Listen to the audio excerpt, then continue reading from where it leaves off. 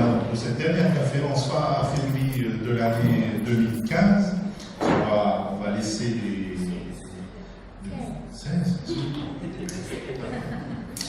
le public célébrer les fêtes de fin d'année en famille tranquillement, sans venir les embêter avec le dernier jeudi du mois. Donc il n'y aura pas de conférence février en fin décembre.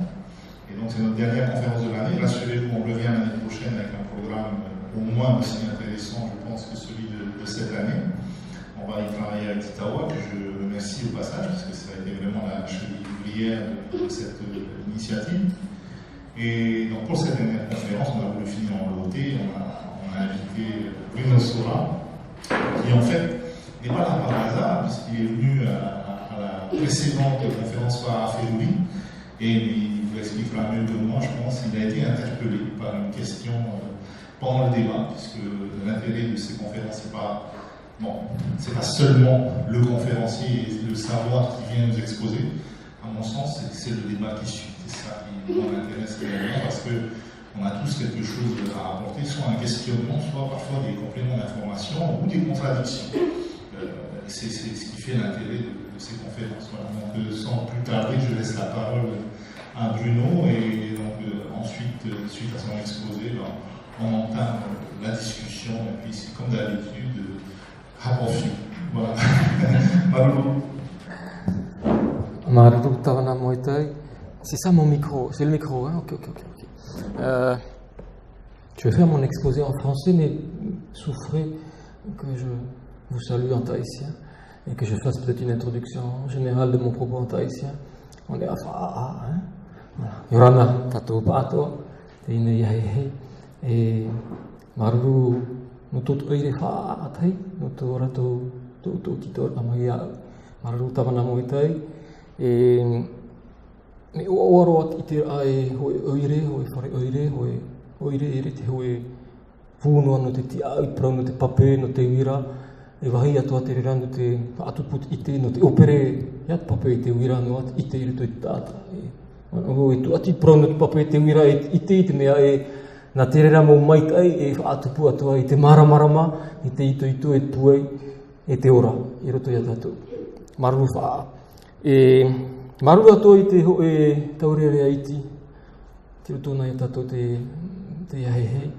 E toru uir atana I tu I moik ata, te taitaime wa wharerei tato, e toru uir a poh aroa, tau I whaariro e tumu prau no tau wawor amako, tau haapi ira te iahehe. Maru ia o e hear I, te mea I mua I te raur au te mau prau no matar I, te mau te hi ora a, e tau au hunir a te reira ora e hitir a whiti anoa. Wa whaite o nā tona pia e nā whea mātou te tāta api e iahei an e mātou I te mātou whare, e hata mātou e tapea mai, nā runo mātou hoe noa reo, e te mātou hina aro e ahuru reo e ta te tei, e ta te tei. E me te mea hina aro e haapi I tamari, hoe noa reo tau hina aro I te haapi I arato, e tawu hina aro e haapi I arato, te raura au te mau prau I e matari. E tinene autou, te rate toru o te wira, te tāta paari, e tinene autou e whaafaro I te mana o. Ia hoe noa tautou prau, tautou reo. Tau iei whaariro I tumu prau no te wawor a mana o, no te mea e wahamata tato I te pahono iana te rera pō, e waprau tato iana e ahi o te pipiria. Pipiria hoe noa prau moa. Te mau prau tumu, te mau prau paari, ere te prau moa. E warau, e iau te tāta, iau te wahei, iau ke tau, iau te opu wheti, te wheti tāta, e te hi or a mea, e te tatara a mea, e te whaati a prau. E wawheruri whahauhau I te pipiria, e te pipiria no atu e hoe noa prau ate atua, warau atua te mo tatara a, e warau atua te mo itaretia, niuhia I te prau ate atua, hoe noa prau, rau atua te tatara a. Nei e tau tumu prau, e rero atu te pipiria, e te hare mai no te tatara te taimo irawa, no te tatara te taimo prau no te pipiria. Tau tumu prau, te rau au te mo prau tumu no te whenua, e rirua nei te reira e haawhiwhir a, I te taata api, te hina aro I te apapu, I tana ite, I tona iho prau. E toru tuha ai rutu I tau tu atapapar a, e warawewau te taimo waraweo te taimau prau tau I papa e te taimau prau tau e whaahipa I tui tau mō haapi ira anu I rata mō pia hino tāpi ira teitei te amui atua mai te pōhi autou ino me te mea I o whāro e nā autou te rea mō prau e autou haa mai te wha I te tō man o pata e ora tō man o whiu te rau atua o tō tātou man o te rau te whauwha anu te uhipa tātou te nei taime. Toru tuha tahi te prauno, te tahi prauno huahine, no moe tai te re rau au I pupu ei te mō prau, e prauno hutuhiwa I huahine, no te mea, no atu e tāta wha ona te nei, e no huahine ona, I huahine wau te matau ai ana, e tamari I huahine te rau. A tahi prauno huahine, a piti te prauno, te tahi mō prauno rurutu, mea uro ana o te whenua rurutu, me ora te mō prau tumu I rurutu. Tēnei te tu atira, nei te tai mō prau, te prau tau I tapea mai, te prau no te mō waa atamata mua I tāpai te whenua rurutu, e iau ke tai mō tātarara, e wa te atua mai te tai mō tāta no marite. E rurutu. Tāta iri ura, e prau mai re te rera, I tatu mō man o atua whāri I te rea mō prau, tēnei te rā te piti o tuha te tuha hau pea, te tai papa atupuna, no te tamatoa, te opuhuia ino rei atea, I o atua I te tatou te tai mō whiwhi, I te rai o wai, te tamatoa toru, te tamatoa maha, I whiwhi, e re te whiwhi numera, I whiwhi no I te o wai, ti muno I a wai, I te hoe tau ere, tau a te aroia tātou, e tau te reira no te papa e rā, tau a taimai te mō popa a, e no atu e tau api te reira, mea rei te whiwhita I te hia I tutu mō papa rā, tupuna no te tamatoa, e te haapapura e o wai te tamatoa, ti mono I te te, e tuatia te I prau no te papa rā, tupuna no te I pōmare.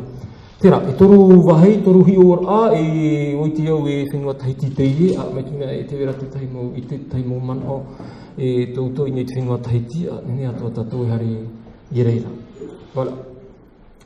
Donc je suis un vrai prof, je suis désolé. Enfin, je suis un vrai prof, mais d'habitude je ne mets pas de chemise. Mes étudiants me voient toujours en t-shirt. Et je suis un vrai prof, et donc j'ai amené des supports de cours et tout. J'ai même pensé à vous faire des photocopies.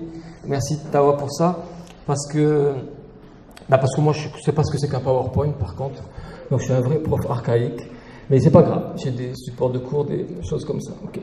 Donc il y a 3 sujets que j'ai choisis pour cette conférence sur le thème que sur lequel il nous avait interpellé un peu la dernière fois, à savoir, la tradition orale est pleine de contradictions. Et les savoirs traditionnels sont pleins de contradictions et on est un peu perdu là-dedans, nous qui aimerions avoir un discours un peu peut-être simplificateur, mais un discours simple aussi, ce qui a ses vertus. Et donc j'ai choisi ce sujet et il n'est pas difficile de montrer les contradictions ou la pluralité, la richesse de la tradition orale. Donc je vais le faire sur la base de 3 exemples. C'est vraiment des exemples, il y en aurait tant d'autres. Un sur Huahine, une île qui nous est chère, un autre sur l'île de Rurutu, qui m'est très chère aussi, et le 3e exemple sur Raiatea, l'île sacrée. Moi je passe mon temps à dire que l'île sacrée c'est Huahine, mais personne ne me croit vraiment, mais peut-être qu'un jour ou l'autre ça portera ses fruits quand même ce discours. Pardon pour Raiatea. Voilà, donc 3 exemples pour montrer la richesse de la tradition orale, et donc je n'ai pas de PowerPoint à vous faire lire, mais c'est pas grave. Hein? Non. Voilà la contradiction. Non, alors Huahine, que je prenne le bon papier. Un exemple, c'est juste un exemple. Mais par exemple, à Huahine, il y a 8 chefferies traditionnelles auxquelles sont venues s'ajouter 2 chefferies plus récentes. Les chefferies plus récentes sont dites venir de Raiatea, de Taputapuatea. Et ces chefferies sont très clairement des pièces rajoutées au corps de la pirogue de Huahine, dans la tradition orale de Huahine. L'île de Huahine est un peu comme une pirogue sur laquelle sont venus se greffer 2 nouvelles chefferies et on ne savait tellement pas comment les appeler et comment leur trouver une place que finalement on les a appelées Ama et Atea, c'est-à-dire le balancier de la pirogue et la partie extérieure, tellement leur place n'était pas dans le tino, dans le corps originel de la pirogue de Huahine, ce que disent les gens de Huahine. Donc il y a 8 chefferies à Huahine, puis il y en aura 9 et puis il y en aura 10. Qui est à l'origine de ces chefferies? Alors les gens de Huahine se plaisent à avoir une espèce de mère mythique qui souvent, très souvent dans les légendes, s'appelle Hotuhiva.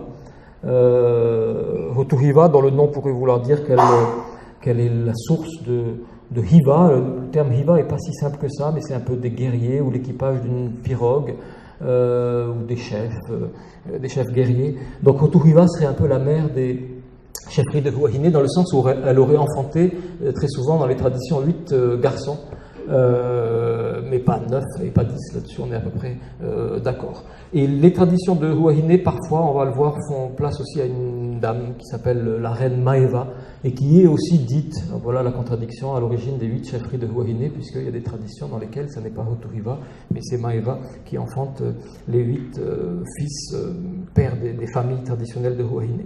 Tout ça se passe pour beaucoup autour d'un marais, qui est le marais Manunu, à Maeva, sur le bord du rivage, à To'irau Roa, Tematau To'irau, et qui était la demeure du dieu Taane.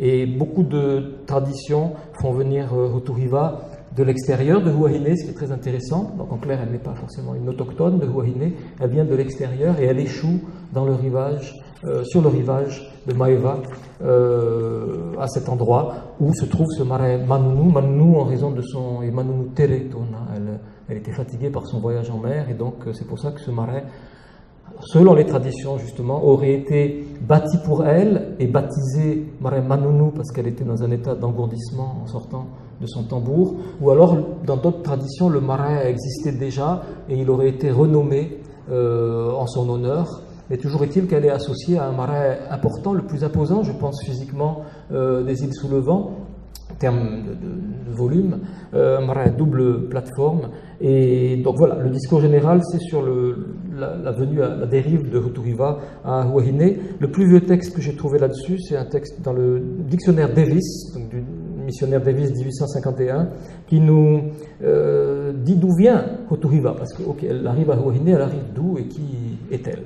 Donc la première tradition nous parle de Tutapu et sa femme qui vivaient sur une terre nommée Puatiriura. Ils avaient une fille unique, Hotuhiva. Ses parents étaient très désireux de lui trouver un mari, mais aucun homme ne convenait dans son île. Donc ça laisse présupposer qu'elle ait sans doute une certaine noblesse.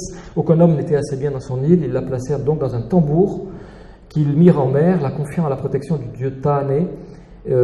Après un certain temps passé en mer, ils accostèrent à Manunu, donc c'est le dieu Taane, un autre dieu Atua Itoro, un dieu idole Taputura, et puis Hotuhiva. Donc elle arrive avec son cortège divin, si l'on veut, à Huahine. Ils accostèrent à Manunu, ce qui veut dire engourdi, sur l'île de Huahine. Ce lieu devient par la suite To'irauroa.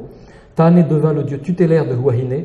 C'est intéressant parce qu'arrive une belle étrangère, elle est belle dans les récits, et arrive également un dieu à Huahine, qui devient le dieu principal de Huahine. La jeune femme y fut mariée à un chef du nom de Teaunui Maruya. Ils eurent 2 fils, Tina et Hena. On les considère comme les ancêtres des chefs actuels. Donc c'est un peu la mère mythique ou la matrice, l'origine, le ventre d'où vont sortir les chefferies de Huahine. Ici, à travers d'abord 2 fils. Donc ce texte ne donne que 2 enfants à Hotuhiva, mais il y a d'autres versions qui vont lui donner directement comme fils les pères des chefferies de Huahine. Par exemple, Tahiti aux temps anciens, on connaît tous l'ouvrage de Te Wira Henry, Tahiti aux temps anciens, voilà ce qui est écrit au sujet de Hotuhiva. Tutapu, roi de Raiatea, donc c'est toujours Tutapu quand même, roi de Raiatea, d'une époque très reculée, avait une fille qui, à la suite de révélations surnaturelles, fut envoyée à Huahine dans un grand tambour sacré pour y rencontrer son futur mari. Donc c'est un peu la même histoire. Elle voyagea sans incident, inconfortablement recroquevillée à l'intérieur de l'instrument, et fut déposée par une vague sur le rivage de To'irauroa, où se trouve le marais des guerriers qui porte ce nom. En sortant du tambour, elle se trouva complètement engourdie, c'est pour cette raison que la pointe fut appelée plus tard Manunu. Au bout de peu de temps, 2 princes guerriers appelés Tu et Teaunui Maruya, et je pense tout de suite à 1 ou 2 merveilleux tableaux de Bobby quand même qui expriment, qui figurent cette sortie de Hotuhiva de son tambour à To'irauroa. Au bout de peu de temps, 2 princes guerriers appelés Tu et Teaunui Maruya, venant du marais, s'approchèrent de la jeune fille, ils la portèrent jusqu'à leur demeure à Maeva. Quelque temps après, elle épousa Teaunui Maruya. Et Te Wira Henry, et là c'est très original et c'est très embêtant d'ajouter que les fils nés de ce mariage entre Te Aunui Maruia et Hotuhiva donnent leur nom aux 10 districts de Huahine.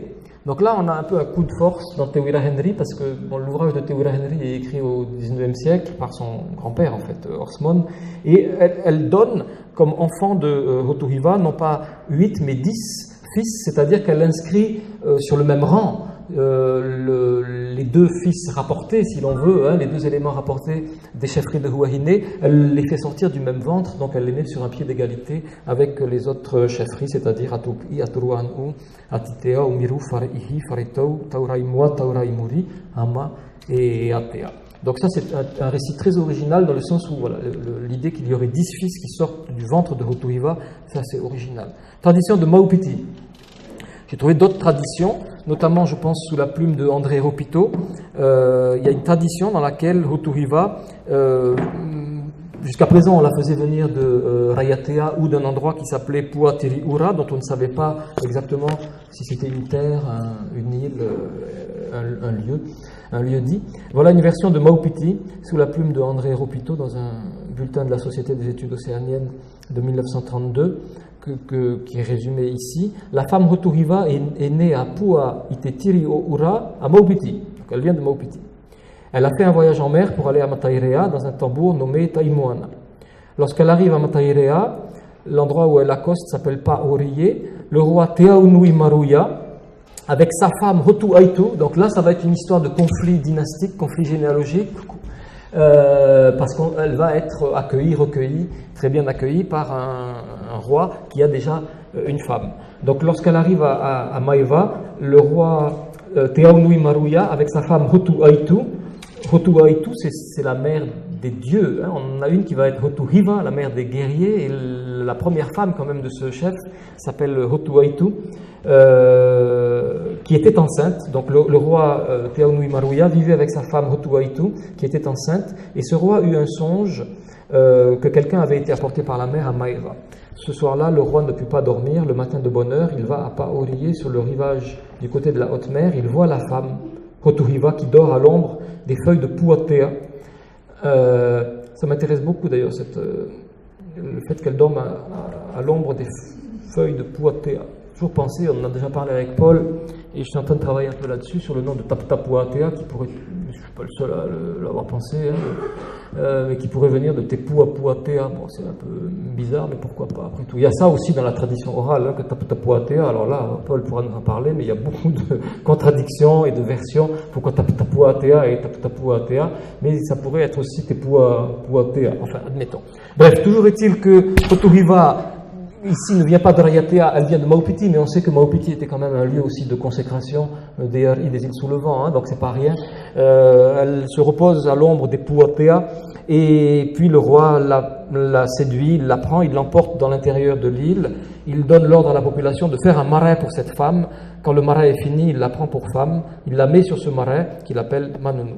Et la première femme du roi Hotu Aitu entend parler que le roi avait pris une nouvelle femme. Elle part en colère à Hawaii. Elle épouse un dénommé Ra'a Tua Huruhuru, qui a des huruhuru sur le dos. Ra'a Tua Huruhuru. Elle est enceinte de son mari. Elle accouche d'un enfant qui va être élevé par le beau-père, donc Ra'a Tua Huruhuru. Quand l'enfant est un peu grand, il demande à sa mère « Où est mon père ?» Et donc on va avoir toute une histoire dans laquelle le fils va essayer d'être reconnu par son père, donc il va découvrir que le père qui a le dos poilu n'est pas son vrai père, et la mère lui apprend un jour, bien ton vrai père était le roi Te Aunui Maruia, mais il a épousé une nouvelle femme, il ne faut pas aller le voir, parce qu'il a interdit à tout le monde de l'approcher.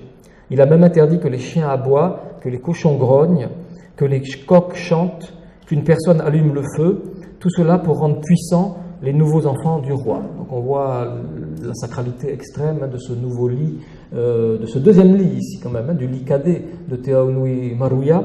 Mais le fils aîné va vouloir être reconnu par son père, donc comme souvent dans les histoires, autant dans les telenovelas brésiliennes, mexicaines, argentines.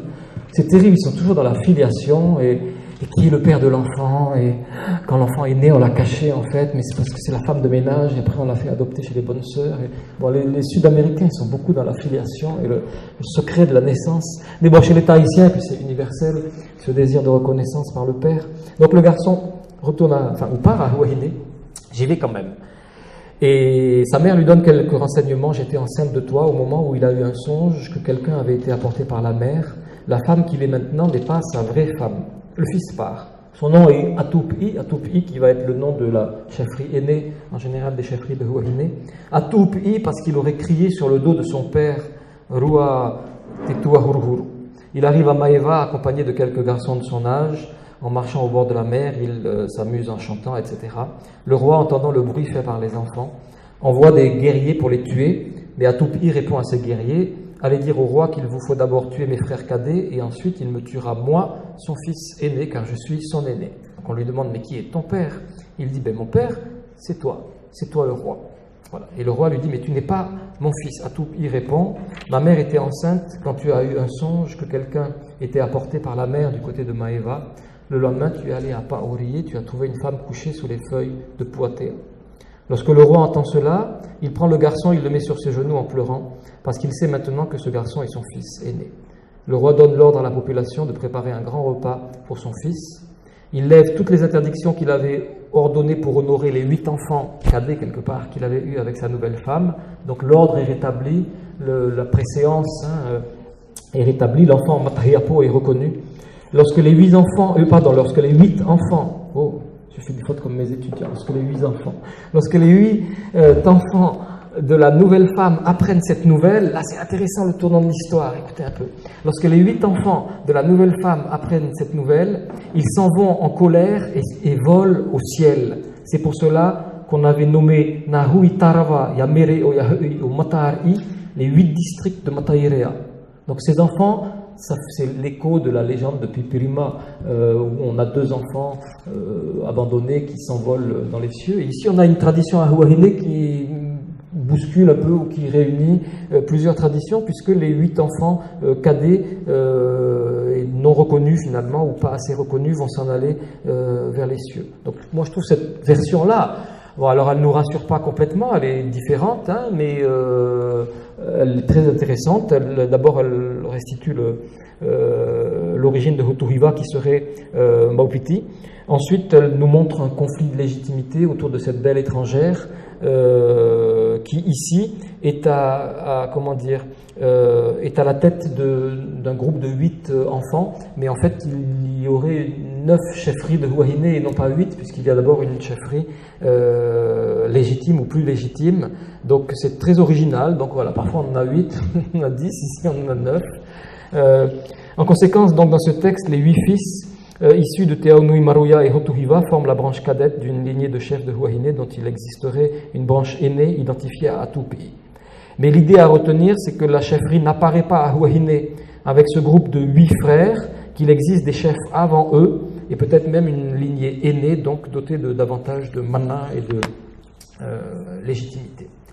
Et puis sinon, il y a clairement dans ce mythe politique sur l'origine des chefferies de Huahine ou sur un conflit un peu dynastique à Huahine, il y a aussi des éléments de la tradition orale un peu plus obscure, un peu sur ce thème de ce personnage semi-animal avec un dos très velu, avec l'abandon également des enfants, donc il y a un thème récurrent dans un certain nombre de légendes polynésiennes, et le fait que les enfants abandonnés se transforment en étoiles ou en constellations. Donc pour moi tout ça est intéressant, et je pense que le fait que des enfants se transforment en étoiles, c'est sans doute pour préserver leur mémoire, parce qu'ils apparaissent dans la nuit, c'est vrai, mais ils n'arrêtent pas d'apparaître. Donc c'est à la fois joli, émouvant et significatif quand même, que même s'ils sont cadets, ils ne disparaissent pas complètement, ils vont être là tous les soirs. Autre version, Huturiva, recueilli par nos amis du département des traditions orales de l'époque du Centre polynésien des sciences humaines. Donc je salue vraiment beaucoup Doris qui est là et qui m'a tellement aidé pour faire ce livre sur Huahine aux temps anciens, pour tout ce qui était transcription et pour m'apprendre à bien entendre ce que disaient les gens et à bien comprendre ce que disaient les gens. Donc là on a une version de cette légende de Huturiva aussi, qui avait été recueillie par Danny Carlson, Tutana Tetuanui, de la part de Louis Tua Tainanuari, dit Papa Rui. Donc voilà un résumé de la version, je vous donne le résumé en français ici. C'est très original comme versions. Tutapuari, donc il semblerait que le père de Hutuhiva soit quand même Tutapu dans la plupart des versions de la tradition orale qu'on a. Tutapuari, de la famille des chefs des îles sous le vent, avait une fille nommée Hutuhiva. Depuis sa tendre enfance, elle avait pour compagnon de jeu Teaunui Maruya, un garçon de son âge. Donc ici, le fiancé est quand même son ami d'enfance. Donc ce n'est pas un jeune homme qu'elle va découvrir un jour dans une terre étrangère. Et d'où est-elle? Alors, depuis son enfance, elle avait pour compagnon de jeu Teaunui Maruya. Quelques années plus tard, Tutapuari quitta Huahine pour Rayatea, amenant sa fille avec lui. Autrement dit, Hutuhiva est de Huahine dans ce récit-là. Elle part habiter à Rayatea et elle va revenir à Huahine. Mais elle n'est pas une étrangère, elle est une autochtone de Huahine dans ce récit. Donc là, c'est un peu différent. Tutapuari quitta Huahine pour Rayatea, amenant sa fille avec lui. Hutuhiva dépérit, tomba malade. Les guérisseurs se succédèrent à son chevet en vain. La jeune fille leur dit « Ce n'est pas mon corps, mais mon esprit, ma pensée qui souffre. » Son père l'embarqua alors dans un pau, dans un tambour sacré, selon les uns, dans un anneau, dans un grand récipient à eau, selon les autres, une coque. Et le vent Mar'aï souffla 2 jours et 2 nuits, poussant son embarcation vers l'île de Popora. Puis le vent To'erau se leva, et c'est comme ça qu'elle va atterrir à l'endroit qui s'appelle To'erau. Le vent To'erau se leva, Tutapuari fut satisfait car ce vent allait transporter sa fille vers Huahine. Elle y accosta épuisée à une pointe qui depuis est appelée Manunu. Elle marcha à la recherche de son ami, donc elle va à la recherche de son ami d'enfance, Teaunui Maruya, et son parcours reste jusqu'à aujourd'hui jalonné de ses traces, c'est-à-dire que chaque fois qu'elle va faire quelque chose sur le bord de mer, elle nomme un lieu par rapport à une action qu'elle a faite. Donc ça rend compte aussi de la toponymie de Huahine, et c'est vrai que la tradition orale, voilà, elle n'est pas sécurisante, elle est contradictoire, elle est parfois opaque, obscure, mais elle explique, elle résume, et c'est un bon moyen presque pédagogique, elle a des vertus presque pédagogiques pour retenir en tout cas le nom des terres du bord de mer, le Maïva à Huahine. Il y en a une vingtaine qui s'expliquent par rapport au parcours de Hutuhiva. Averti de l'arrivée d'une très belle jeune fille, le chef du district de Maïva chargea 2 princes guerriers de la lui amener. Il la prit pour femme, mais comprit très vite qu'elle en aimait un autre. Donc le chef de Maïva n'est pas Teaunui Maruya. Par dépit, il la livra chaque soir à un homme différent qu'il désignait. Donc là, c'est une version un peu trash de Hutuhiva, parce qu'elle est prostituée ou elle est offerte voilà, à des hommes. Mais il y a ça dans certaines traditions effectivement de Hutuhiva à Huahine. Elle est quand même étrangère, même si cette version-là, la donne étant originaire de Huahine et y revenant, mais elle est parfois malmenée un peu par la tradition orale. Toujours est-il que Teaunui Maruya, son ami d'enfance, et la même personne nous donne parfois 2 noms pour Teaunui Maruya, parfois il s'appelle Teaunui Maruya, parfois il s'appelle Tauroa Nui Hau. Su qu'elle était là, il l'a reconnue, il tua le chef et il l'épousa. Ils eurent 4 fils, et puis il décéda. Et Hutuhiva épousa alors un chef de Matahiva. Le texte dit Matahiva, c'est vraisemblablement l'île de Matahiva au Tuamotu. Mais Hutuhiva donc met au monde 4 fils. Donc un premier lit avec Teaunui Maruya, et puis ensuite elle épouse un chef de Matahiva, et elle met au monde 4 autres fils. Ces 8 garçons, Natama et Vau, partagent l'île en 8 districts sur lesquels ils règnent. Cette organisation spatio-politique perdure encore aujourd'hui, donc c'est les 8 chefferies traditionnelles de Huahine, 4 plus 4. Et c'est vrai que dans la tradition orale, en général, 4 plus 4, c'est vrai des teva. Eha, teva ita, eha, teva yuta. Les tevas sont 4. Rayatea no yevau, et iva. Au poids parfois qu'on fait rajouter comme une chefferie supérieure, comme la 9e, mais bon, en général, les chefferies se déclinent souvent sur une base de 4 plus 4. Pas simplement 8. 8, c'est bien sûr les pattes pour les tentacules du féé, donc c'est toute une symbolique ce chiffre 8, mais en fait ce chiffre 8 c'est les ramifications, et je pense que le chiffre 8 renvoie à 8 branches, parce que sans doute qu'un individu, une personne connaît ses 2 parents, peut connaître ses 2 parents, ses 4 grands-parents et éventuellement ses 8 arrière-grands-parents. Enfin, il me semble que dans ce 4 plus 4, on a très souvent l'idée d'une articulation sociale qui est vraie, des mata'in'a, des districts. À l'intérieur des districts, parfois il y a 8 parties. Ou sinon, dans une île, on aime qu'il y ait 8 districts, mais je pense que tout ça doit être lié sans doute à l'idée de branche d'une famille et de l'idée des 8 ancêtres réunis à travers une personne. Alors, donc cette tradition est intéressante parce qu'elle nous donne 2 lits, très clairement, pas simplement 8 fils, mais 2 maris, 4 fils, et puis ensuite 4 autres fils. On a à nouveau un conflit entre un chef de Faré, ici, donc, et un chef de Maeva, pour conquérir Hotuhiva. Et là, les gens de Maeva ont le mauvais rôle, qui accueillent mal Hotuhiva et qui la prostituent même. Mince alors. Donc ça doit être une tradition plus ou moins de Faré quand même, pour donner le beau rôle aux gens de Faré, qui sont les sauveurs. Et il ne faut pas s'étonner si certains habitants de Faré vont jusqu'à prétendre que Hotuhiva n'a pas échoué sur le littoral de Toirauroa à Maeva, mais qu'elle est arrivée à Faré par la passe de Faré, là où on surfe.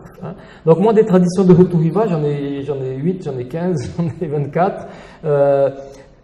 Des fois, elle arrive à Faré, très souvent, elle arrive à Maeva, quand même des fois, elle arrive sur le Motu de Faye, des fois, elle arrive à Parea. Donc, par moment, elle arrive de Rayatea, très souvent, de Maupiti, elle peut venir aussi de Tahiti, de Papen'o, enfin voilà. Donc là, la tradition orale, elle abonde. Mais ce qui est intéressant, c'est de voir que c'est pas fini. Parce qu'on a aussi des traditions orales qui n'évoquent pas le personnage de Hotuhiva, mais un autre personnage qui est la reine Maeva, qui aurait donné son nom effectivement au district de Maeva. Alors, elle serait la mère des 8 chefferies traditionnelles de l'île. Il se trouve, et c'est pour ça que je suis un peu dubitatif, enfin je ne veux surtout pas dire qui dit vrai et qui dit faux, mais je veux juste dire qu'à mon avis, les traditions de Maeva ont été recueillies un peu plus tard que celles de Hotuhiva. En clair, la première tradition de Hotuhiva était recueillie en 1851 par le missionnaire Davis, en tout cas publiée en 1851 et recueillie bien plus tôt même. Les traditions de la reine Maeva ont été publiées pour la première fois en 1928 dans un article de Chesneau et Marc Antony dans un bulletin de la Société des études océaniennes. Et il se trouve que leur contenu, sans qu'ils citent sa source, mais finalement le contenu de l'article de Chesneau et Marc Antony a été repris en tahitien par Émile Hiro dans un article qui s'appelle Huahine, Utaiprao Atuahia o Matairea, dans les Heipuari, qui sont des petits recueils de concours, des extraits des concours de l'Académie tahitienne.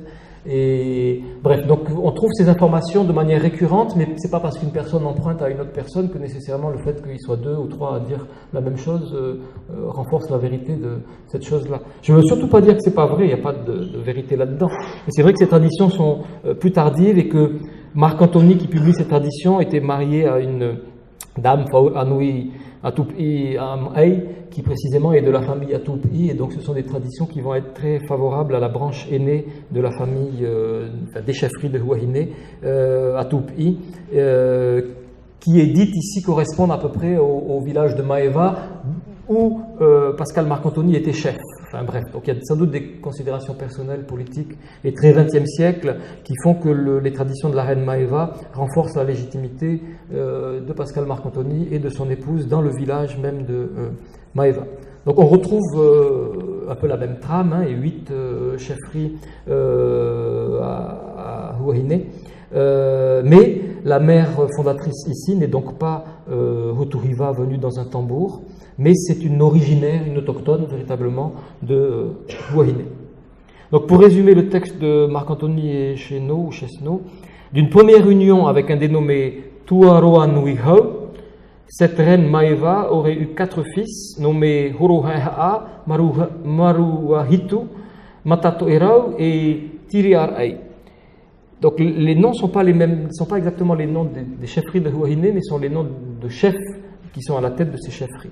Après la disparition de Tuaroa Nuihau, ces 4 fils construisirent à la pointe Matatoerau un marais.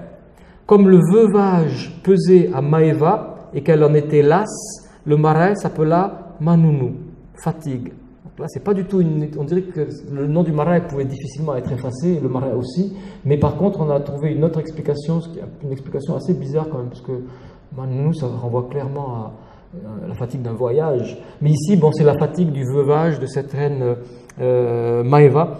Et c'est près de ce marais que Maeva, fatiguée de son veuvage, venait souvent sentir la brise qui vient du large avec le flot.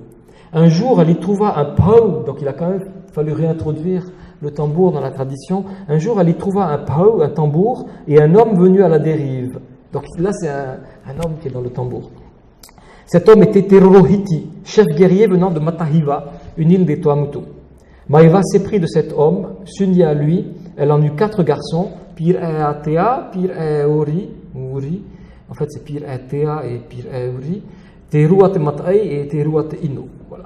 Donc on voit ici qu'on a un peu la même trame avec 4 garçons plus 4 garçons, nés de 2 pères différents, mais on a effacé le personnage de Hoturiva au profit de Maeva, et on a quand même gardé l'épisode du Maremanunu par rapport à son veuvage, et on a gardé l'épisode du tambour, mais dans lequel on a introduit un homme qui vient de Matahiva. Enfin, donc un certain nombre de traditions relient Huahine à Matahiva.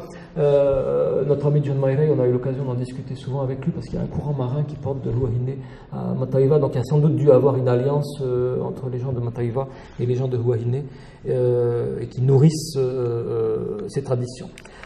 Donc, quelle tradition est la vraie là-dedans? J'en sais strictement rien, et je pense que la question de la vérité de la tradition n'est pas forcément une bonne question, hein, mais elles sont toutes intéressantes. Certaines mettent l'accent véritablement sur le... Enfin, elles sont toutes très politiques, puisque c'est des traditions de l'origine des chefferies de Huahine.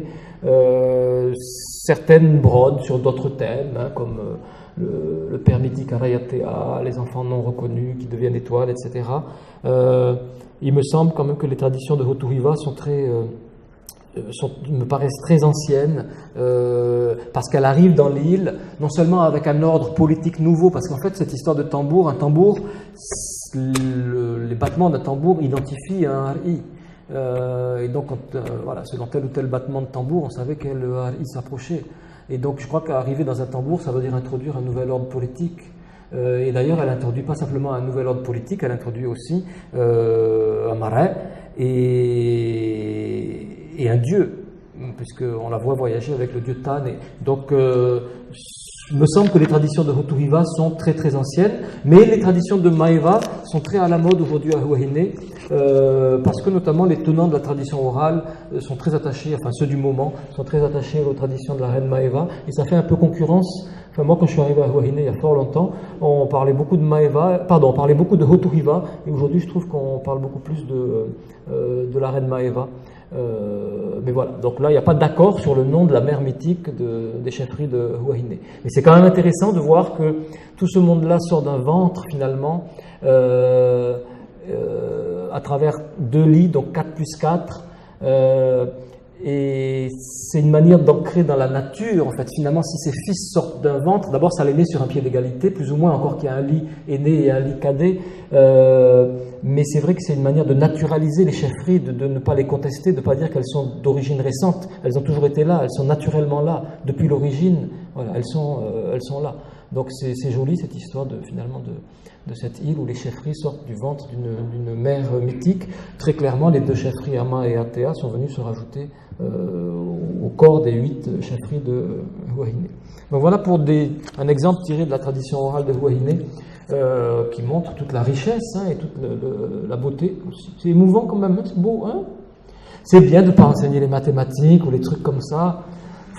Je suis content de faire ce que je fais. Hein. Enfin, en même temps, je fais ça parce que je ne sais pas faire des mathématiques. Hein. Bon, il faut être tout à fait honnête. Hein. Mais je m'en fous. Hein. Peut-être que je ne sais pas parce que je ne veux pas. Freud aurait dit ça. Voilà. Donc, donc c'est beau la tradition orale. Et puis, plus je réfléchis, plus je trouve que la tradition orale est matière à travailler avec des artistes. Honnêtement, moi-même, je ne suis pas artiste, je ne peins pas, je ne dessine pas, je ne suis pas chorégraphe, mais je trouve que la tradition orale, ça sert sans doute pas à grand-chose au XXIe siècle en matière de développement. Mais d'abord, c'est beau de rêver et puis d'être cultivé. Et ensuite, je trouve que c'est vraiment un truc pour inspirer les créateurs de spectacles, les peintres, les musiciens. Et là, il y a une matière qui est... Parce que ça renvoie à des images universelles et aussi à des choses très polynésiennes, dans des lieux très précis. Donc je trouve que c'est très beau et que c'est pas du tout inutile. Voilà. Donc, content de pas faire de mathématiques. Alors, deuxième exemple que j'ai trouvé, alors on va faire la guerre un peu. Non, alors c'est un exemple sur Rayatea. Tiens, j'avertis un peu l'ordre de ce que je voulais raconter, mais parce que les chefferies justement de Huahine, les deux chefferies Ama et Atea qui arrivent à peu près au XVIIIe siècle, alors c'est compliqué parce que deux chefs qui viennent de Rayatea, de Tapu-Tapu-Atea, sont obligés de s'asseoir sur le balancier de la pirogue de Huahine, mais ensuite ils vont créer des chefferies à Huahine, et en clair, les chefferies ont des terres, et donc il va bien falloir qu'ils se constituent un domaine foncier, des terres et des marais pour siéger. Donc en fait c'est par des alliances avec des femmes de Huahine qu'ils vont pouvoir s'installer à Huahine, et oui, parce que sinon il fallait tailler dans le paysage de Huahine pour leur donner un fief.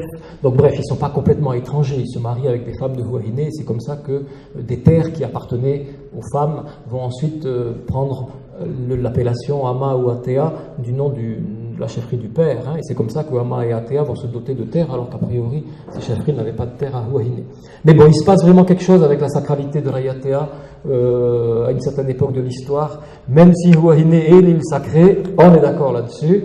Quand même, Rayatea a une certaine importance dans l'histoire. Alors, à Rayatea, la grande famille royale au XIXe siècle, là aussi c'est intéressant parce qu'on est un peu dans l'idée moderne qu'une île avait un roi.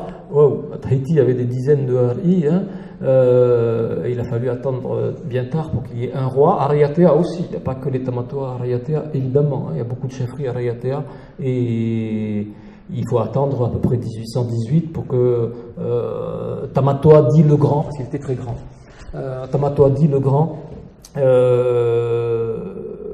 s'émancipe de la tutelle de Tapua, de Taha'a, et avant ils étaient sous la tutelle de Popora, enfin bref, et puisse régner à la fois sur Rayatea tout entier à peu près, et sur Taha'a également. Mais bon, on a un personnage un peu l'équivalent de Pomare II finalement, donc à Rayatea dans les années 1820, 1830, il meurt en 1831, on l'appelle Tamatoa le Grand, et précisément il est marié à Tur'ei-Ari, qui est la fille de la reine Teapapa de Huahine qu'avait connu le capitaine Cook à la fin du XVIIIe siècle. Donc les chefferies de Rayatea et de Huahine sont des chefferies qui sont liées.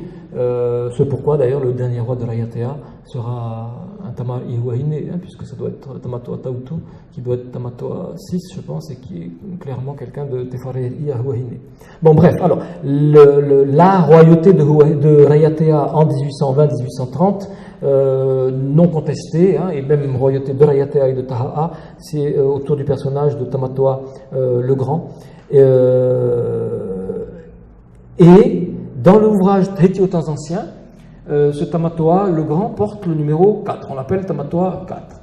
Alors pourquoi 4 et qui était avant lui et qu'est-ce que c'est que cette histoire de numéros? Bon, c'est une histoire très popa de vouloir donner des noms, enfin des numéros à des chefs polynésiens qui de toute manière ne formaient pas la famille Tamatoa, parce que cette idée que c'est pas un patronyme, le prénom et le nom, tout ça c'est une idée quand même très occidentale, mais c'est la lignée des Tamatoa qui siégeaient à Opoa, etc. On sait où ils étaient, on sait qui ils étaient. Ils s'appelaient pas Tamatoa, de même que les Pomare ne s'appelaient pas Pomare, mais bon, c'est la famille royale qu'on reconnaît comme la famille Tamatoa. Dans Tahiti aux temps anciens, on l'appelle Tamatoa 4, c'est Tamatoa le Grand. Parfois on l'appelle Tamatoa fort aussi parce qu'il parlait bizarrement, mais il y a aussi des controverses pour savoir si c'est lui ou si c'est celui qui le précédait.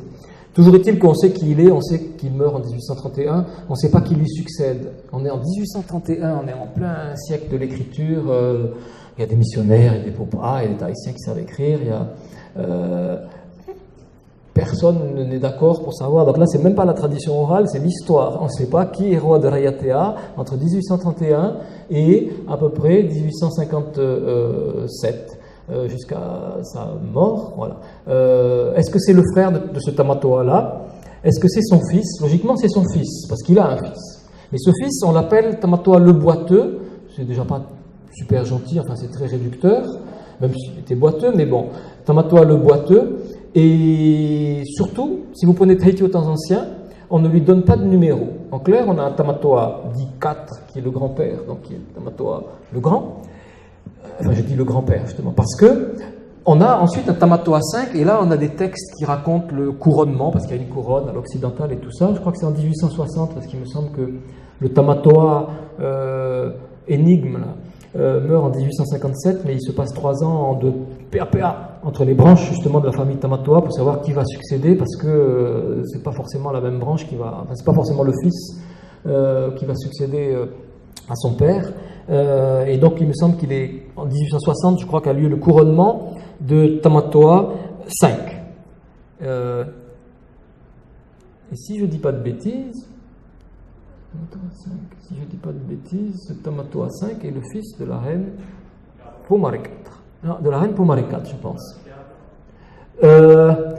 Non, c'est le Tamatoa 3, le grand, qui est marié avec une... ok, c'est lui qui est le père. Ce Tamatoa, ok, Tamatoa 3, le grand... Pardon, alors Tamatoa le grand, on ne va pas donner de numéro, justement. Voilà les contradictions. Tamatoa le grand a pour fille Papa de Huahine, qui est la reine des années 1850. Voilà. Ok, donc en 1860, on a un Tamatoa 5. Tout le monde l'appelle Tamatoa 5, il est couronné comme Tamatoa 5. Ce pourquoi il va falloir donner des numéros au Tamatoa d'avant. Mais il se trouve que le Tamatoa qui règne entre 1831 et 1857, celui-là n'a pas de numéro. Quand même, sur 25 ans, il n'a pas de numéro.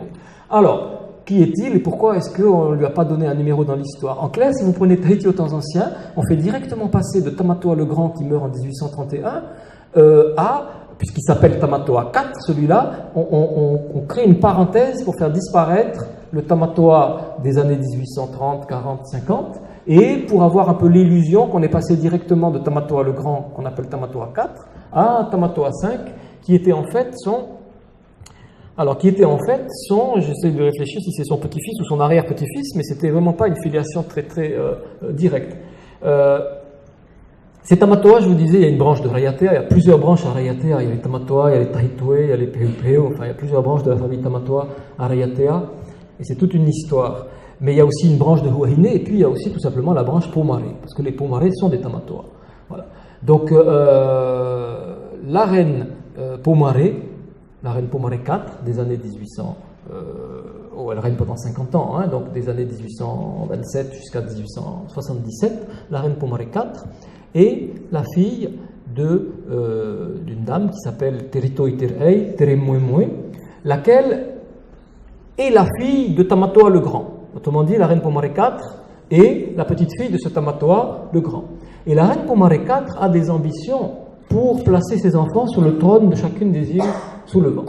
Et donc elle va aller mettre au monde ses enfants ou les faire adopter dans chacune des îles sous le vent, d'où elle est originaire. Elle est la petite fille quand même de Tamatoa le Grand, c'est pas rien. Et donc elle estime qu'elle doit être reine de Tahiti et puis ensuite élargir son domaine à toutes les îles sous le vent et que sa famille sera la famille royale de Tahiti et des îles sous le vent. Donc Pomare 4, la reine Pomare 4 met au monde un fils à Rayatea, je crois que c'est en 1842.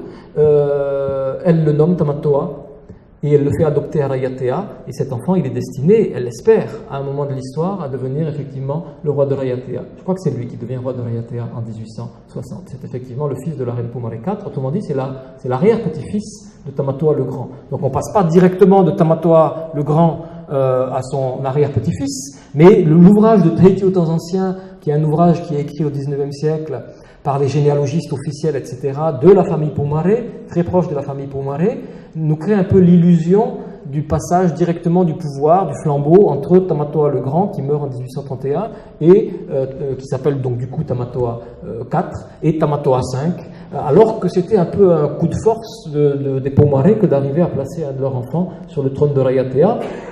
Ils n'avaient pas réussi en 1831, ils réussissent en 1857-60, ils ne réussiront pas la fois d'après, parce que je crois que le fils de la reine Pomare, qui est roi de Rayatea, finit par tuer quelqu'un et être destitué du trône de Rayatea, et à ce moment-là, hop, on fait un grand tour de table pour savoir qui va être roi de Rayatea, et ça repart dans une autre branche de la famille Tamatoa, et ça va être le chef Tahitoe, qui va être chef de Rayatea de 1871 jusqu'en 1880, et puis ensuite il est destitué, il est remplacé par sa fille, qui meurt, elle est remplacée par sa sœur. Et puis pour finir, en 1885, le dernier roi de Rayatea, de 1885 à 1888, sera Tamatoa Tautu Yoata, qui est le fils de Tirapapa de Huahine, effectivement, et qui est un Tamari Huahine, mais qui va monter sur le trône de Rayatea, parce que c'était le tour de la branche Huahine. Bon, alors, donc là, on n'est pas exactement dans la tradition orale merveilleuse, avec une dame qui se balade dans un tambour, comme tout à l'heure. On est dans des choses très très historiques. Eh bien, personne ne sait qui devient roi en 1831 jusqu'en 1857. Tout ce qu'on sait, c'est qu'il y a une manipulation de l'histoire ou une écriture de l'histoire par Te Wira Henry et par les informateurs de Te Wira Henry qui donnent un numéro à ce vieux Tamatoa des années 1831, numéro 4, pour placer directement son arrière-petit-fils dans sa lignée, dans sa succession directe, en lui donnant, parce que lui, il a pour nom Tamatoa 5. Donc, on a quand même supprimé le fils de Tamatoa le Grand, qui s'appelait Tamatoa Moe Ore, et qu'on appelle Tamatoa le Boiteux également. Et il semblerait que la famille Pomare avait tellement un désir de placer un de ses enfants sur le trône de Rayatea. Elle a fait la même chose d'ailleurs un peu partout, parce que la reine Pomare a fait adopter sa fille unique, Terima Evarua, par Tapoa, qui était le premier mari de la reine Pomare. Donc elle refile à son ancien mari sa fille, et elle deviendra reine de Bora à la mort de Tapoa. Donc elle a réussi à placer sa fille sur le trône de Bora Bora, et elle fait adopter son fils Teritaria, avec un nom comme ça, c'est très Huahine. Elle le fait adopter à Huahine, celui-là, pour qu'il soit roi de Huahine. Sauf que le grand frère meurt, et donc Teritaria est ramené à Tahiti pour devenir le roi Pomare V. Mais sinon, lui, il était prédestiné à être roi. Donc elle en avait un pour Tahiti, une pour Popora, un pour Rayatea, un pour Huahine. Et le tour était joué. Donc voilà, ici, c'est pas la tradition orale, mais quand même, je dis, c'est encore pire, parce que comment on peut savoir si la tradition orale est vraie quand on parle de temps mythique, d'une dame qui voyage dans un tambour, alors qu'en plein milieu du 19e siècle, on ne sait même pas qui est roi à Rayatea. Alors il y a un roi, quand même, et il semblerait que ce soit le Tamatoa le Boiteux, Tamatoa Moe Ore, qui est quand même le frère de la mère de la reine Pomare, le frère de la reine de Huahine, qui est Teritaria, qui est reine de Huahine pendant très longtemps à ce moment-là. Donc bref, c'est pas n'importe qui, mais il semblerait qu'il ait commis une mésalliance, qu'il se soit marié avec une femme de noblesse très très inférieure. Et donc, au nom de cette mésalliance, on a estimé que sa lignée à lui ne devait pas continuer à porter le pouvoir des Tamatoa, et on a choisi de ne pas de l'oublier dans l'histoire. Quand on regarde les généalogies de Tahiti aux temps anciens, donc la généalogie, c'est très important dans la tradition orale. Te Wira Henry ne le fait pas disparaître complètement, elle le nomme juste Moe Ore, je ne sais plus si c'était Inhor ou Itinorua, mais elle lui donne 2 prénoms, mais pas de numéro, et surtout pas Tamatoa. Donc celui-là, il existe, mais il n'est pas appelé à marquer l'histoire, et il n'est pas appelé alors qu'il a des enfants, il n'est pas appelé à donner une lignée qui peut prendre la succession sur le trône de Rayatea. C'est pour les Pomare à ce moment-là de l'histoire. Il est quand même pas marié à n'importe qui, il a des enfants. Sa fille devient la reine Tirapapa de Huahine, la reine des années 1850, 60, 70. Donc voilà, une vraie énigme, enfin un vrai mystère. On devrait faire des romans un peu, je ne sais pas comment ça pourrait s'appeler, des policiers, ethno-policiers ou historico-policiers, parce que là on n'est pas exactement dans la tradition orale, mais c'était pour vous montrer que, voilà, même à une période assez récente, on ne sait pas exactement qui est le roi de Rayatea au XIXe siècle, mais justement, il y a des discours sur la généalogie est un discours. Et on a, en matière de généalogie, des discours complètement contradictoires. Prenez la généalogie des Tamatoa dans Tahiti aux temps anciens, c'est pas la même que chez Eugène Caillot, c'est pas la même chez De Quatrefages, c'est pas la même... Est-ce que c'est un problème alors, c'est un problème pour les historiens quand même, on aime bien savoir qui est le roi ou quoi, mais moi au contraire je suis content, plus il y a des généalogies différentes et contradictoires et plus je jubile, parce que ça veut dire que derrière il y a des gens qui ont des intentions, et donc quand on efface un personnage, quand on oublie de lui donner un numéro, pour moi ça me parle beaucoup, c'est pas du tout un silence, c'est au contraire très parlant. Donc ça ne me désespère pas si les généalogies sont contradictoires et si... voilà, la généalogie, c'est une représentation du passé. Ça désespère un peu les Mormons, parce que les Mormons aiment bien, comme pour eux, ils font des généalogies notamment à des fins religieuses et spirituelles. Donc c'est sûr qu'une fois qu'on a scellé des morts, etc., avec une généalogie, si Bruno Sora arrive le lendemain en disant « J'en ai trouvé encore une autre, c'est pas du tout comme ça, je suis heureux », bon, alors les Mormons, ils font un peu la tronche quand même, parce qu'ils me disent « Ah non, mince, alors nous, on a fait des scellements, des unions et tout ça, on a consacré, c'est passé au temple et tout, et toi, va cacher ta généalogie, là, parce que... bon. » Donc c'est sûr que voilà, un discours religieux aime bien être unique et rassurant, et nous pas du tout, on aime être inquiet. Donc plus on a des généalogies contradictoires, et plus on est content. Voilà, c'est pour te dire que tu n'as pas fini d'être inquiet. Quand tu mets le doigt dans la tradition orale, ne demande pas à ce qu'on te rassure, au contraire on est là pour t'inquiéter. Dernier exemple que je vais prendre, c'est l'île de Rurutu, parce que j'aime beaucoup Rurutu. Alors, à Rurutu, il y a des traditions qui ont été écrites. Bon, d'abord, la tradition orale de Rurutu est sans doute, pour moi, je trouve que c'est l'île où la tradition orale est la plus vivante. Parce qu'ils ont encore les moments pour la dire, les mariages qui durent si longtemps, les tours de l'île. Donc, il y a ce fameux terré du début de l'année à Rurutu. Et comme évidemment, ils ne sont jamais d'accord sur ce que raconte le conteur ou l'orateur, chacun des villages, donc les 3 villages principaux, organise son terré. Donc, pendant une semaine, on a un premier terré, enfin, avec un orateur d'un village, admettons, on va dire Moirei, voilà, qui raconte l'histoire de Rurutu partout où on passe, et puis personne de Avera et de Auti n'y prête attention, voilà, il faut autre chose, sinon... Et puis la semaine d'après, on va avoir l'orateur de Auti qui va raconter à son tour l'histoire. Tous les gens de Moirei tournent le dos, ils ne s'intéressent pas trop à ce qu'il raconte.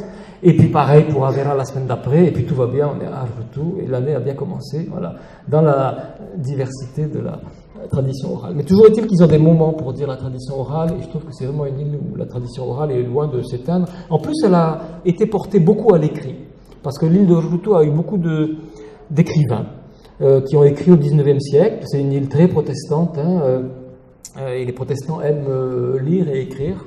Et donc ils ont beaucoup produit ce qu'on appelle les fameux putatupuna, des cahiers des registres de tradition dans leur langue, ou mélange de Rurutu et de tahitien.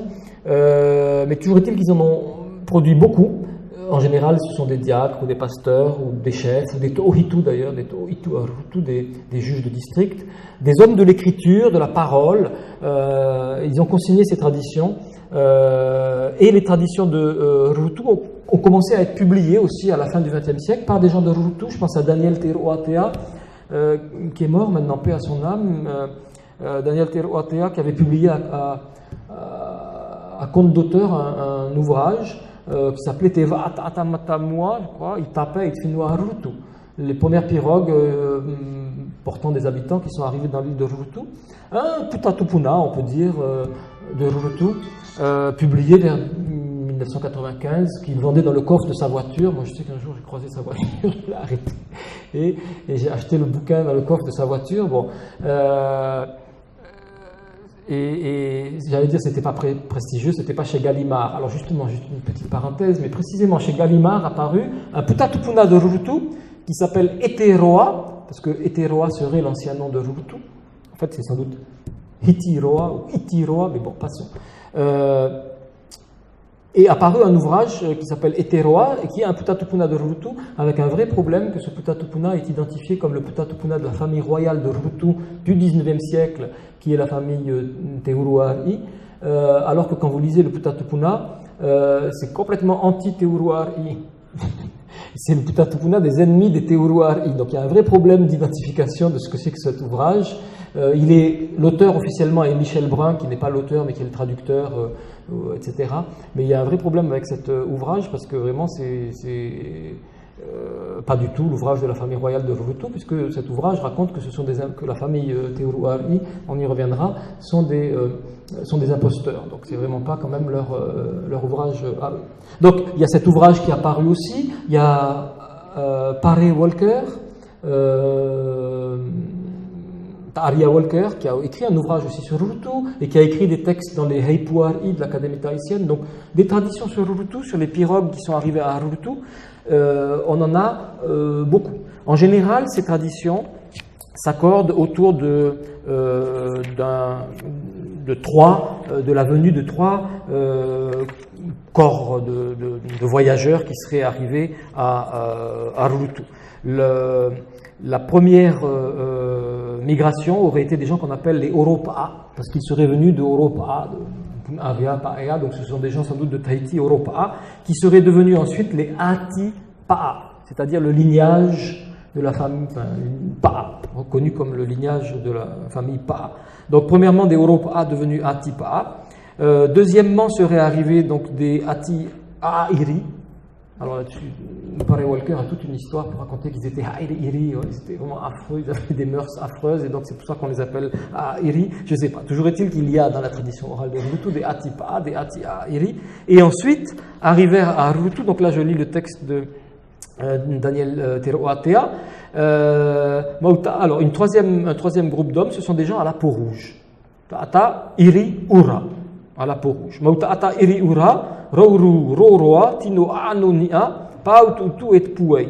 Pihia turaratou o te ati a ura, no toratou iri ura ura. C'était des gens à la peau rouge, aux longs cheveux, au corps imposant et puissant. Du fait que leur peau était rouge, on les appela Ati, le lignage, Aura, lié à la couleur Ura. Et donc vous allez voir qu'au fil de l'histoire, parce que je vais essayer de ne pas être trop long et de vous rendre la parole dans pas trop longtemps, mais au fil de cette histoire merveilleuse, les gens de Rurutu sont merveilleux. Et c'est vraiment des conteurs d'histoire, et ils sont vraiment imaginatifs, créatifs. Et là, moi je pense que c'est une création, c'est-à-dire je suis désolé de dire ça parce que voilà, pour moi la tradition elle évolue évidemment et tout. Mais en clair, on a sans doute des gens qui étaient liés à la couleur Ura, et le Ura, c'est les plumes de Ura, c'est le Maru Ura, c'est souvent Rayatea, effectivement, c'est pas tellement ailleurs. On a des gens liés au Ura.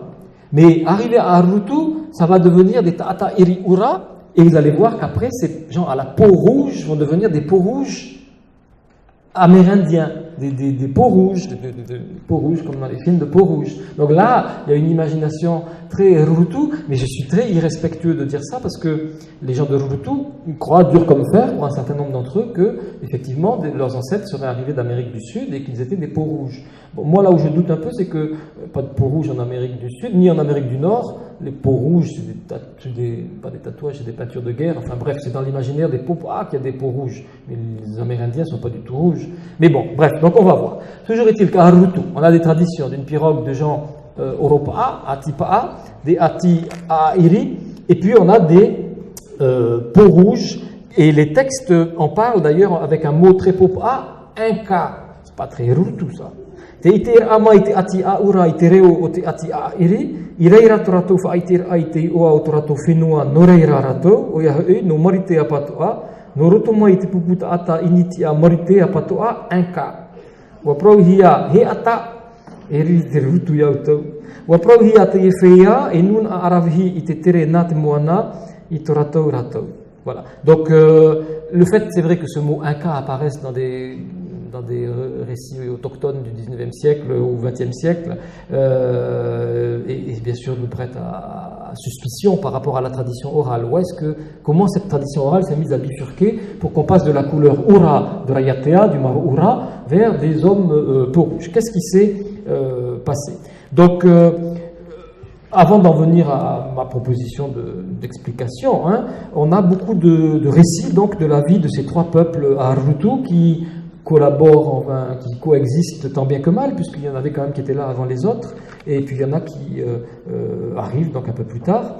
Et on a une période de guerre, et les hommes Ati-A'ura sont en guerre contre les autres, ils sont obligés de se réfugier dans des grottes, nombreuses à Rurutu. Certains vont prendre la fuite vers l'île haute de Tupuai, et vers un îlot qui s'appelle Tuanati, qui aujourd'hui a disparu, mais qui existait. Et Mutu Taiara Narato, Taimurimaia Eteroa, et puis Ahurumaire et Apatoa, Aitafahaura, Tawamotura et Tayetau. Donc cet îlot a disparu aujourd'hui. Bon, bref, donc les Atiura, nos hommes rouges, là, sont obligés de partir à Tupuai. À Tupuai, ils progressent. Parce que ce ne sont pas des Polynésiens dans ces traditions-là, ils viennent d'ailleurs, mais à Tupuai, ils auraient acquis une certaine sophistication, et quand ils reviennent à Harurutu, et c'est l'époque de leurs grands guerriers, comme Toamiri Ura, donc ils ont des grands guerriers avec le nom Ura dedans, qui montrent qu'ils sont bien de ce peuple des hommes rouges, et Toamiri Ura, chef des Atia Ura, va venger l'humiliation de ses ancêtres, il va permettre aux Aura de conquérir définitivement le pouvoir à Eteroa, à Harurutu. Et avec son armée, avec à sa tête des célèbres héros guerriers comme Tanea Ura, Tanea Nea, Pevatunoa, Tapuae, Ariotima, ils vont faire rejaillir la splendeur de leur corps rouge. Ireirat moaito oto amiri ura, pura pura ait ura ura oturato iri. Donc voilà, c'est une splendeur physique et spirituelle. Ils conquièrent le pouvoir sur l'île de Harurutu. Donc là, je suivais le texte de Daniel Teroatea, qui lui-même se base sur le Putatupuna, je pense, en partie de Punaha'ava, un juge de Tohitu de Auti. Chez Pare Walker,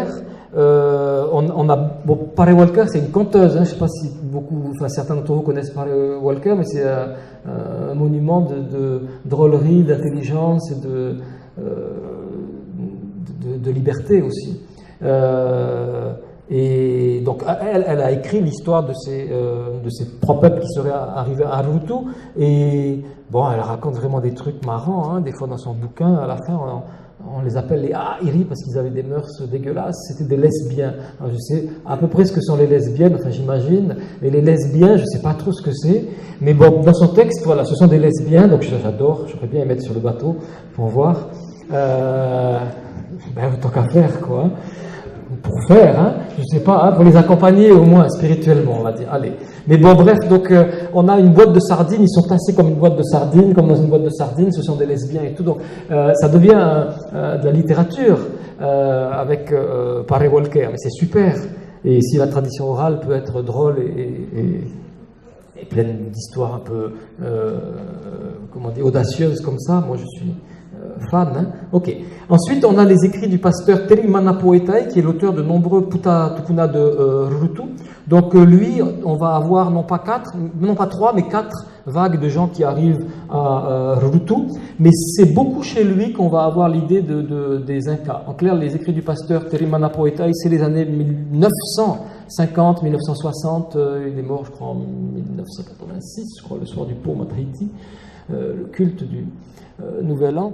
Mais bon, c'est un homme de l'écriture dans les années 1950, 60, 70. Donc il a écrit beaucoup de textes, mais lui a beaucoup développé la thèse des Indiens, Incas, etc.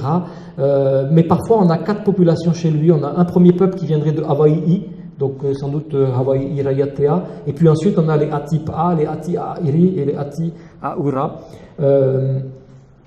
Les Ati-Aura, Imurimai, Watemai te Aura, te Iprauhia te Ati-Aura, te Motaata ia, te Iprauhia i Hua ai Rato, Norotumai te Nun a Initia, te Aura, Ura, Ute te Aura, Motaata iri Ute, Norotumai o Paor ai, Itawa Nun Ara.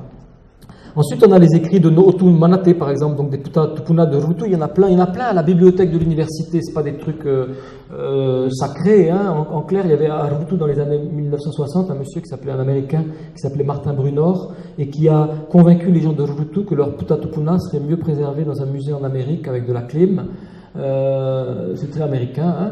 Et puis sans doute très juste en termes de conservation des livres.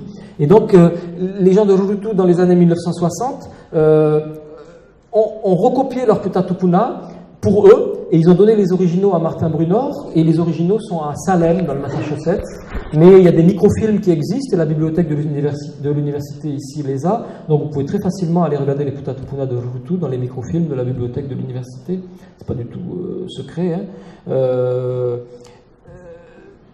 Mais, précisément, je pense qu'avec ce recopiage des années 1960, à mon avis, il y a peut-être des choses qui ont été introduites à ce moment-là. Et donc, je vais terminer là-dessus, mais l'idée, c'est que, puisque ces Puta Tupuna ont été recopiés dans les années 60, est-ce que c'est pas sur une période aussi tardive que ça qu'on va avoir l'introduction de le passage de ces Tata Iriura, de ces gens à la peau rouge, au statut d'Inca. C'est un peu mon idée. Alors, on a des manuscrits, en fait, puisqu'ils ont été recopiés. De toute manière, les Puta Tupuna sont recopiés sans arrêt, parce que le papier, ça disparaît, hein, ou ça s'abîme. À Rutu, il y a beaucoup d'humidité, de cyclones et tout ça. Donc, les Puta Tupuna, même du 19e siècle, de Rutu, on les a très rarement, dans leur état original, ils ont été recopiés. Mais en recopiant, on rajoute. Alors, les contradictions. Alors là, c'est un nœud de contradiction. Un Puta Tupuna de Rutu, non seulement ils sont en contradiction les uns avec les autres, mais à l'intérieur du même Puta Tupuna, on a plein de contradictions. Parce que justement, ils ont recopié, ils ont emprunté au Puta de quelqu'un d'autre. Donc, on peut avoir une histoire, et puis 3 pages après, l'inverse de cette histoire. Alors là, la tradition orale, lorsqu'elle est portée à l'écrit, on voit vraiment combien l'écrit a rajouté des contradictions supplémentaires.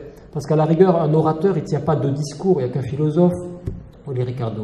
Il n'y a qu'un philosophe, voilà, pour pouvoir dire une chose et son contraire, et le contraire du contraire, qui n'est pas quand même la chose qu'on avait dite au début, donc voilà. Mais en général, un orateur, il ne se contredit pas lui-même, il ne va pas dire voilà la thèse, voilà l'antithèse. Mais par contre, dans un Puta Tupuna, il arrive très souvent qu'on ait un récit, et ensuite, quelques pages plus loin, on va avoir un autre récit très contradictoire. Donc le Puta Tupuna de Otu Manate, il nous offre parfois la venue de 9 groupes de migrants, donc on n'a pas 3 ou 4, mais on a 9 migrations, dont effectivement à nouveau aussi des Amérindiens. Mais plus loin dans le Puta de Otu Manate, on a l'idée que finalement il n'y avait que 2 peuples à Rutu, des descendants de Hiro. Donc là, Hiro c'est très Raromat'ai, donc semble-t-il, à nouveau, hein, Rayatea ou Raromat'ai. Et puis un deuxième des descendants de gens qui viendraient donc d'Amérique du Sud. Alors qu'est-ce qui s'est passé avec ces Amérindiens? Après, je suis sur YouTube ou je sais pas quoi. YouTube, ça existe? Je suis tellement un homme des cavernes que... Oui, tu me mets sur YouTube? Non, hein? Je suis juste désolé que Théa soit partie parce qu'elle ne va pas avoir la fin de l'histoire, ça l'aurait bien intéressé. Mais voilà mon imagination subversive. Voilà, moi je pense que ce qui s'est passé, c'est que si on regarde les anciens Puta Tupuna de Rutu, d'avant 1950-60, il n'y a pas de peau rouge. Et la preuve en est, c'est qu'il y a une synthèse qui a été faite en 1938 par un monsieur qui s'appelait Alan Seabrook, un ouvrage qui s'appelle, enfin c'est pas un ouvrage, ça n'a pas été publié, mais c'est au Bishop Museum, et on l'a aussi sur les microfilms de l'université, Rutuan Culture, une étude sur la culture ancienne de Rutu, sur la base justement des Puta Tupuna et des traditions. À aucun moment, en 1938, à aucun moment il y a de peau rouge, il n'y a pas de peau rouge. Bon. Donc les peaux rouges apparaissent dans le recopiage des livres dans les années 1950-1960. Sauf qu'on recopie le livre de quelqu'un qui avait écrit en 1890. Donc on a l'impression que c'est le livre de 1890. Et en fait, Alan Seabrook, qui a comparé tous les Puta Tupuna, qui a travaillé pendant des années à Rutu, en 1938, il n'y a pas d'Inca, pas de peau rouge. Alors qu'est-ce qui s'est passé? Mon idée, donc je vous ai fait des photocopies, il y a plein de documents, enfin c'est Kitawa plutôt qui a eu la gentillesse de faire des photocopies. J'ai écrit un article là-dessus, mais bon, les gens de Rutu, ils ne sont pas toujours trop contents quand ils lisent ça, mais ça dépend aussi. Mais c'est sûr que c'est une interrogation. Maintenant, dans leur spectacle, ils ont des spectacles avec des peaux rouges qui arrivent et tout ça. Donc, bon, moi, quand je remets un peu en cause ça, ou en question, pas en cause, moi, je pense qu'à Rutu, en 1950-60, en 52, il a fait le cadastre de Rutu. Il n'y a pas de titre de propriété, mais il y a au moins un cadastre quand même qui dit quelles sont les parcelles de terre, enfin, et les noms des terres. C'est Éric de Bishop. Éric de Bishop était à Rutu dans les années 1950. Il avait une compagne de Rutu. Et Éric de Bishop était un grand navigateur qui, en écho à la navigation du Kon-Tiki, qui en 1947 avait navigué d'Amérique du Sud à Tahiti, lui, il s'était dit que c'était beaucoup plus intéressant d'aller de Tahiti en Amérique du Sud. Parce que si la patate douce était rentrée en Océanie, c'est sans doute pas des Sud-Américains qui savent pas trop naviguer, en tout cas pas comme les Polynésiens, c'est sans doute pas eux qui ont navigué jusqu'ici, mais c'est plutôt des Polynésiens qui auraient découvert l'Amérique du Sud et qui auraient ramené la patate douce, et c'est comme ça sans doute que ça s'est passé effectivement.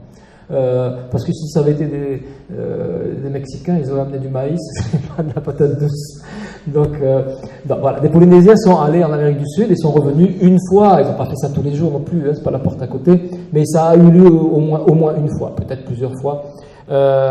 Donc on pourrait se dire que la tradition orale garde la mémoire d'ancêtres Incas, et ce serait la solution. Voilà, il y a eu des Incas parce qu'il y a eu ces voyages.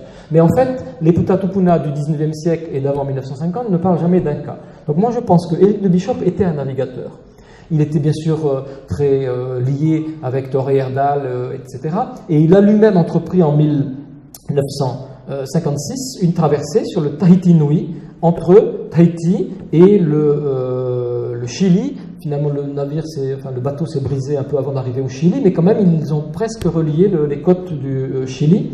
Et ensuite, l'année d'après, donc ça c'était en 1857 qu'ils sont arrivés là-bas. L'année d'après, en 58, Éric de Bishop entreprend une traversée du Pérou jusqu'en Polynésie. Son radeau, le Tahiti Nui 2, se désagrège après avoir passé les îles Marquises, le contraignant à construire en mer une petite embarcation sur laquelle il trouve finalement la mort. Le 30 août 1958, à Rakahanga, aux îles Cook, ses restes seront ultérieurement rapatriés à Rurutu. Donc il était à Rurutu dans les années 1950, il a fait le cadastre de Rurutu, il était avec les chefs, il était avec les vieux, il était avec les écrivains, il était marié avec une femme de Rurutu, il est enterré à Rurutu. Moi je pense que ce qui s'est passé, c'est que lui qui était très attaché à ces traditions des liens entre l'Amérique du Sud et la Polynésie, ces liens de navigation, au point même de naviguer et quelque part d'en mourir, hein, de vouloir naviguer entre la Polynésie et l'Amérique du Sud, lui a sans doute introduit l'idée que les hommes Hura qui existaient dans les traditions de Rurutu étaient des gens d'Amérique du Sud, puisqu'on pouvait naviguer entre l'Amérique du Sud et la Polynésie, il l'a prouvé lui-même, au péril de sa vie. Hein. Donc à ce moment-là, lors du recopiage justement des Putatupuna, on introduit l'idée que c'est juste d'abord une parenthèse ou un oyahui. Donc les hommes du Hura, de la couleur rouge, deviennent des peaux rouges à ce moment-là, et c'est comme ça que dans les Putatupuna, aujourd'hui, on peut avoir non pas la mémoire de voyages anciens entre Rurutu et l'Amérique du Sud, parce que ce n'est pas forcément des gens de Rurutu qui sont allés jusqu'en Amérique du Sud, mais plutôt l'idée que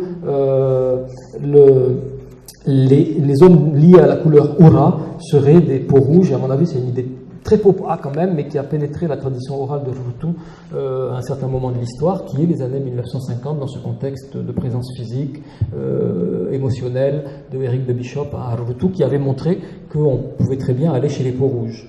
Voilà. Donc c'est mon explication, hein. Donc l'article il est là, et puis j'en ai encore plein, parce que moi je dessine les arbres, hein. Je ne fais pas PowerPoint et je massacre les arbres, mais c'est pas grave, on replante des arbres, ça pousse quand même. Et au moins, si ça vous intéresse, vous garderez quelque chose en rentrant à la maison. Mais je suis un peu désolé, voilà, de critiquer la tradition orale ou de l'interroger au lieu de la répéter. Bon, en même temps, je ne suis pas un Rurutu, hein, donc je n'ai pas à répéter la tradition orale de Rurutu, hein, pas que je me prenne pour qui je ne suis pas. Hein. Donc voilà. Alors je vous ai promené un peu à Huahine dans un tambour. Hein. Ensuite, au siècle de l'écriture, on ne sait même pas qui est roi de Rayatea, hein, mais on voit combien la tradition orale dans le domaine de la généalogie et du politique, hein, peut être contradictoire, peut être conflictuelle, hein, et peut être chargée d'enjeux. Et puis après, on a fait un détour en radeau, hein, entre l'Amérique du Sud et Rurutu. Voilà, je vous rends la parole. Donc, il n'est pas rassuré, nous non plus, hein, mais on se régale quand même. Hein, voilà.